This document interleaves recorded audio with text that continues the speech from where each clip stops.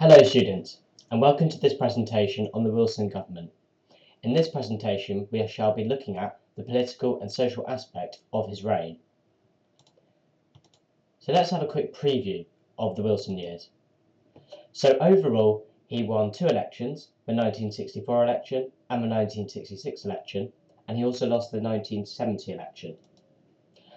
His poor handling of the economy by not devaluing sooner, and as a result not implementing some liberal and social reforms, and also not listening to people on the key topic of immigration, led to his 1970 election defeat. So let's look at some of those Labour reforms. Educational reforms. He stopped making grammar schools and created many new polytechnics, as well as the Open University. He did this in 1964.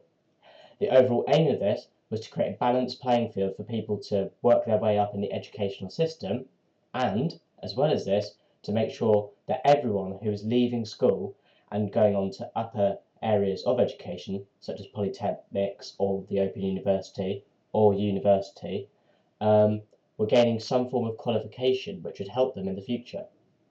In case you're unsure, both polytechnics and the Open University were a lot more suitable and also had a higher acceptance rate for people wanting to do courses with them. They also implemented liberal reforms, and lots of them, and this, as well as the education reforms, were very good parts of Wilson's reign. He adapted to the changing culture which his predecessor in the Conservative government, Macmillan, didn't do. And one of the laws out of the many he changed was the 1970 Equal Pay Act, whereby both genders, male and female, would get paid the same amount if they were doing the same job by job description. So immigration. In 1965, the Labour government tightened immigration.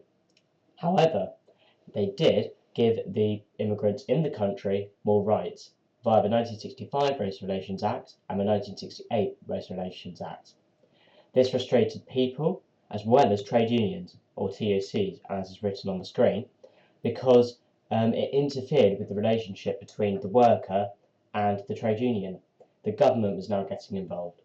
This is an important comment because not only was inflation high and unemployment high, which annoyed trade unions, they were also getting annoyed over matters like immigration.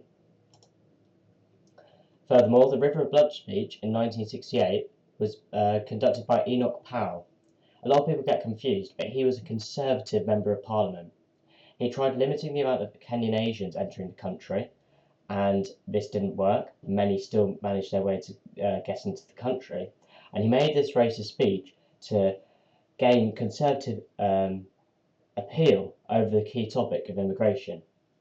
As a result, he was sacked due to the racist nature of it, but people did agree with him. Although Labour didn't, lots of people did, and this showed in the 1970 general election. And finally, we move on to social welfare. There were numerous deflationary measures taken, so for instance increased taxes, charge on imports, and this meant that lots of people didn't have as much money as they had, and this resulted in people being annoyed, of course, with the government, as you would, because you don't have as much money. And in the year of 1965 compared to 1969, the amount of workers involved in strikes doubled, and that is a significant amount.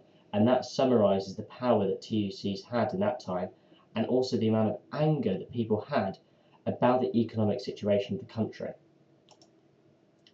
And the trade unions' relationship with the Labour Party was strained, and this was because their workers were not getting the sort of treatment that they thought they should be getting as part of a working force.